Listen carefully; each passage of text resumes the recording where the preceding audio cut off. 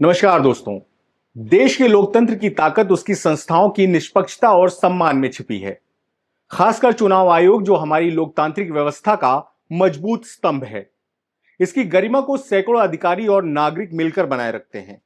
लेकिन आज हम देख रहे हैं कि सोशल मीडिया पर कुछ लोग इस गरिमा को ठेस पहुंचाने में लगे हैं। मुख्य चुनाव आयुक्त की बेटी जो नोएडा की पहली महिला डीएम बनी है, उन्हें सोशल मीडिया पर निशाना बनाया जा रहा है। दरअसल राहुल गांधी समेत तमाम विपक्ष के नेताओं ने मुख्य चुनाव आयुक्त और भाजपा पर वोट चोरी और पक्षपात के आरोप लगाए हैं। रिपोर्ट है कि इंडिया गठबंधन में उनके खिलाफ महाअभियोग प्रस्ताव लाने की तैयारी की जा रही है। हालांकि ज्ञानेश कुमार ने इन आरोपों को सिरे से खारिज कर दिया है, लेकिन अब सोशल मीडिया पर विपक्ष और सत्ता पक्ष के लोग एक दूसरे को ट्रोल कर रहे हैं और ज्ञानेश कुमार और उनकी बेटी मेधा रूपम 2014 बैच की आईएएस अधिकारी नोएडा की पहली महिला डीएम बनी है। यह उनके लिए बड़ी उपलब्धि है। उन्होंने जेवर एयरपोर्ट और इंटरनेशनल फिल्म सिटी जैसे बड़े प्रोजेक्ट्स में अहम योगदान दिया है। उनके पिता ज्ञानेश कुमार जनवरी 2025 से भारत के मुख्य चुनाव आयुक्त हैं, लेकिन सोशल मीडिया पर उनकी नियुक्ति को लेकर विवाद शुरू हो गया है। कुछ लोग इसे पॉलिटिकल नेपो रिजर्वेशन यानी परिवारवाद का नाम दे रहे हैं। साथ ही उनके पति जो सहारनपुर के डीएम हैं को भी इस ट्रोलिंग में घसीटा गया। अच्छा, खास बात यह है कि ज्ञानेश कुमार के परिवार की बात करें तो इनमें डॉक्टर्स, आईएएस, आईपीएस और आईआरएस अफसरों की लंबी लिस्ट है। मेधा और उनके पति के अलावा ज्ञानेश कुमार की दूसरी बेटी अभिश्री आईआरएस अफसर हैं। अभिश्री के पति अक्षय लाबरू त्रिपुरा कैडर के आईएएस अफसर हैं। ज्ञानेश कुमार के भाई मनीष कुमार आईआरएस अधिकारी हैं। बहन रोली के पति उपेंद्र कुमार जैन आईपीएस अफसर हैं। ऐसे में ये टिप्पणियां न सिर्फ व्यक्तिगत हमले हैं, बल्कि हमारे लोकतांत्रिक संस्थानों पर सवाल उठाते हैं। सोशल मीडिया पर इस मामले में तीखी प्रतिक्रियाएं देखने को मिली हैं। ये टिप्पणियां दिखाती हैं कि कुछ लोग उच्च पदों पर बैठे अधिकारियों पर कितना शक करते हैं। यह नाराजगी सिर्फ व्यक्तिगत हमलों तक नहीं रुकती, बल्कि यह प्रशासनिक व्यवस्था की पारदर्शिता पर भी सवाल उठाती है। यह मामला भले ही सीधे चुनाव आयोग से ना जुड़ा हो, लेकिन इस ट्रोलिंग ने इसकी गरिमा को भी प्रभावित किया है।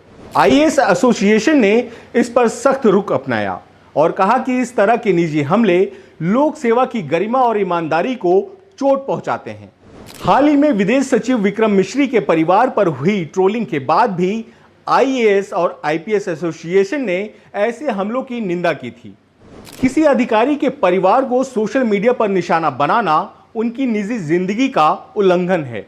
किसी के काम या योग्यता पर सवाल उठाना लोकतंत्र का हिस्सा है, लेकिन परिवार पर हमला करना गलत है। नेपो रिजर्वेशन जैसे शब्द भले ही चर्चा में हो, लेकिन मेधा रूपम ने यूपीएससी जैसी मुश्किल परीक्षा पास की और अपनी मेहनत से यह मुकाम हासिल किया। उनके परिवार को उनकी उपलब्धियों से ज्यादा महत्व देना उनकी मेहनत को नजरअंदाज करना है। नोएडा जैसे बड़े शहर में डीएम की पोस्टिंग और उनके पति की सहारनपुर में डीएम की भूमिका, ये सब जनता के मन में सवाल पैदा करते हैं, यह शक पैदा करते हैं, लेकिन इसे सिर्फ परिवारवाद से जोड़ना ठीक नहीं है। मेधा की मेहनत और प्रशिक्षण को भी देखना चाहिए। आज सोशल मीडिया एक जंग का मैदान बन गया है, जहां आलोचना की जगह व्यक्तिगत हमले और गलत टिप्पणियां ज्यादा हो रही हैं। इससे न सिर्फ प्रशासन की गरिमा को नुकसान होता है, बल्कि नए अधिकारियों का हौसला भी टूटता है। यह ट्रोलिंग का मामला छोटा नहीं है, यह लोकतंत्र की स्वच्छता, संस्थानों की आजादी और सम्मान का सवाल है। हम कहते हैं कि लोक सेवा में गरिमा है, लेकिन जब यह सेवा मुश्किल में हो तो क्या हम उसका सम्मान कर पाते हैं? आईएएस एसोसिएशन ने ठीक कहा कि ऐसे हमले गलत और अस्वीकार्य हैं, क्योंकि ये लोक सेवा की गरिमा को नुकसान पहुंचाते हैं। इसीलिए सोशल मीडिया पर ट्रोलिंग के खिलाफ जागरूकता बढ़ाने की जरूरत है। मीडिया और डिजिटल मंचों को संवेदनशील मामलों में सावधानी बरतनी चाहिए। आईएएस और चुनाव आयोग जैसे संस्थानों का सम्मान करना उनकी ताकत को बढ़ाता है। लोकतंत्र तभी मजबूत होगा जब हम अपनी संस्थाओं और उनसे जुड़े लोगों का सम्मान करें, ना कि उन्हें बेवजह शक के घेरे में लाएं। आप इस मामले के बारे में क्या सोचते हैं? नीचे कमेंट में अपनी राय जरूर बताएं और ऐसे ही महत्वपूर्ण मुद्दों पर चर्चा के लिए हमारे चैनल को सब्सक्राइब करें। धन्यवाद।